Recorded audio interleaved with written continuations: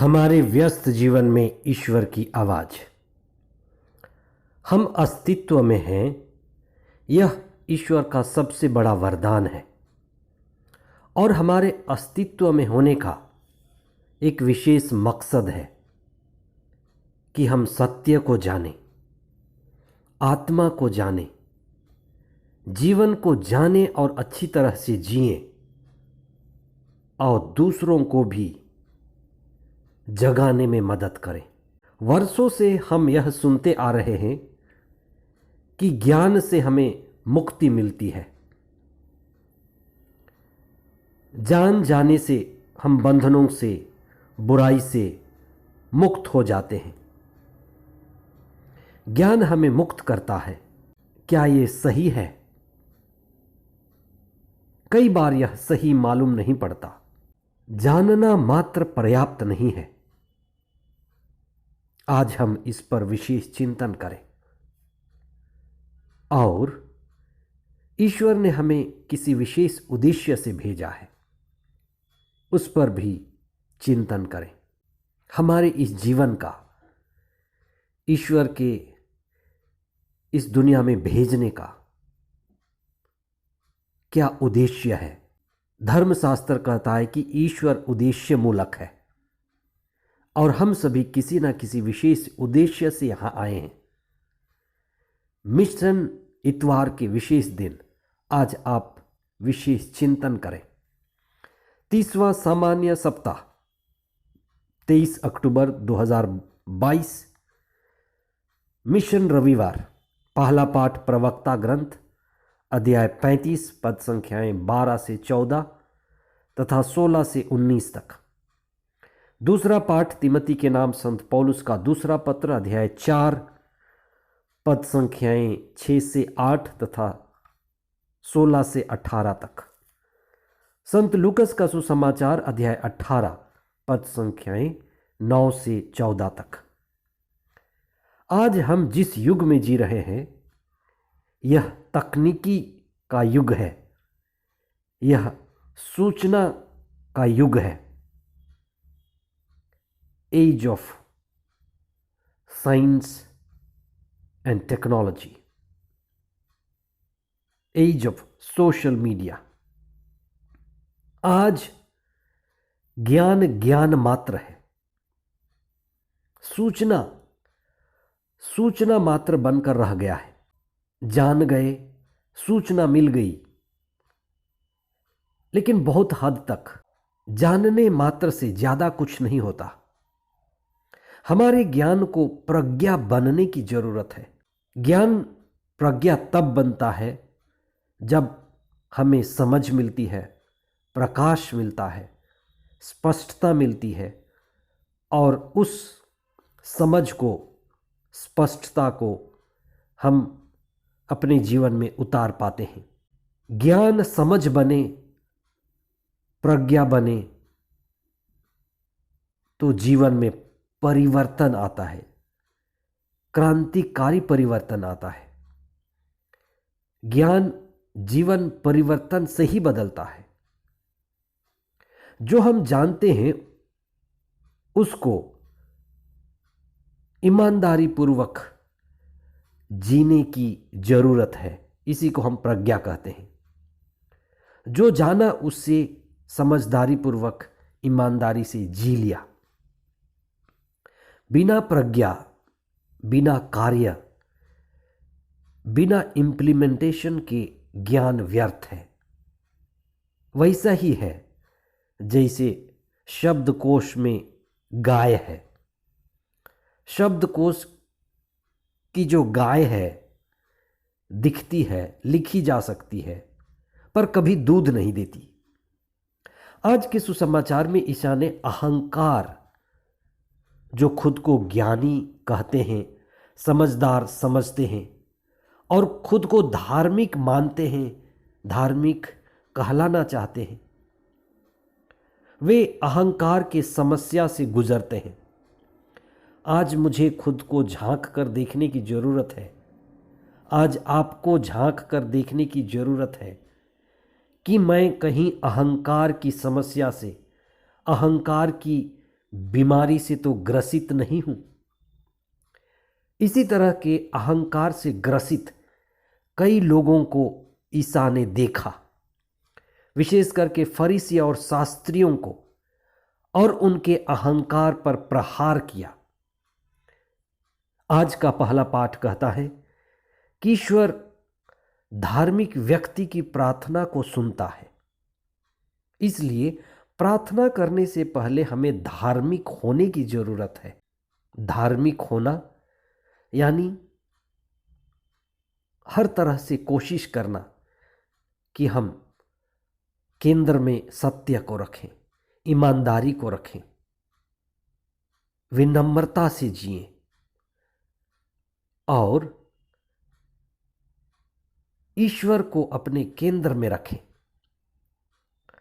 अहंकार एक आध्यात्मिक बीमारी है जिसके विषय में आज ईसा हमें सिखाना चाहते हैं। अहंकार एक ऐसी बीमारी है जिसमें व्यक्ति दूसरों की सारी बुराइयों को देख लेता है, दूसरों की सारी कमियों को पता कर लेता है, जानता है, लेकिन खुद की गलती के प्रति, खुद के बुराइयों के प्रति अंधा हो जाता है। इसीलिए अहंकार अपने आप में एक नशा है। अहंकार नशा लाता है, खुद के बाहर होने का नशा, एक तरह की बेहोशी, झुंझलाहट, खुद को ना देख पाने की बेहोशी, खुद में ना रहने ना होने की बेहोशी, खुद के कार्यों का सही मूल्यांकन ना कर पाना, इसे ही हम अहंकार कहते हैं। जहां जहां अहंकार है वहां वहां मैं है। इसलिए कहा जाता है कि जहां मैं है, अहंकार है, वहां ईश्वर नहीं है। आध्यात्म की सबसे बड़ी बाधा अहंकार है, क्योंकि अहंकार हमें खुद से मिलने नहीं देता। अहंकार खुद से ही खुद को दूर कर देता है। अहंकार तुलना करता है। जिस तरह से फरीसी खुद को बचाता है और खुद से दूसरे की तुलना करता है और खुद को बेहतरीन साबित करता है, अहंकार खुद का ही नाश करना है। अहंकार हमें आत्मा से मिलने नहीं देता। हम हैं आत्मा, लेकिन अहंकार आत्मा को ढक देता है। अहंकार है खालीपन, लेकिन वही खालीपन आत्मा को निकाल देता है। अहंकार के आते ही आत्मा विलुप्त हो जाती है। आत्मा का जो हमारा मूल है, अहंकार उसी को छिपा देती है।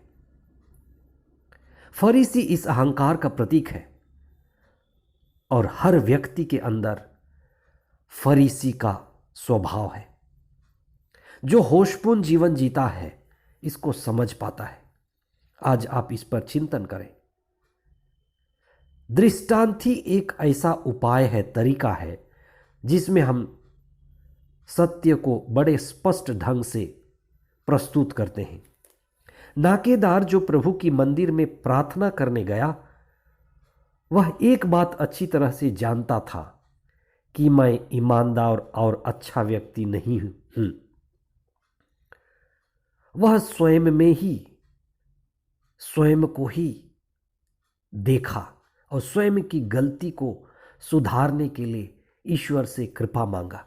नाकेदार का झुक जाना, नाकेदार का खुद को देखना, विनम्र बनना और अपने हृदय से पश्चाताप करना कि मेरा मार्ग सही नहीं है, कि मेरे कार्य सही नहीं है और मैं जिस हालत में हूँ वह अच्छी नहीं है, मुझे प्रभु के आशीष और कृपा की ज़रूरत है। वह अपनी कमज़ोरी और बेईमानी को स्वीकार करता है नहीं छिपाता। यह उसकी विनम्रता है और यही ईश्वर चाहता है। यही व्यक्ति होशपूर्ण जीवन जी रहा है, वह चेतनशील है। वही सच्चे पश्चाताप और प्रायश्चित के लिए अपने आप को बदलता है और पश्चाताप के द्वारा नया व्यक्तित्व, नया मन, नया मनोभाव धारण करता है। इसलिए ईसा ने कहा कि यह व्यक्ति जिसने पश्चाताप किया वह नए जीवन के साथ वापस गया।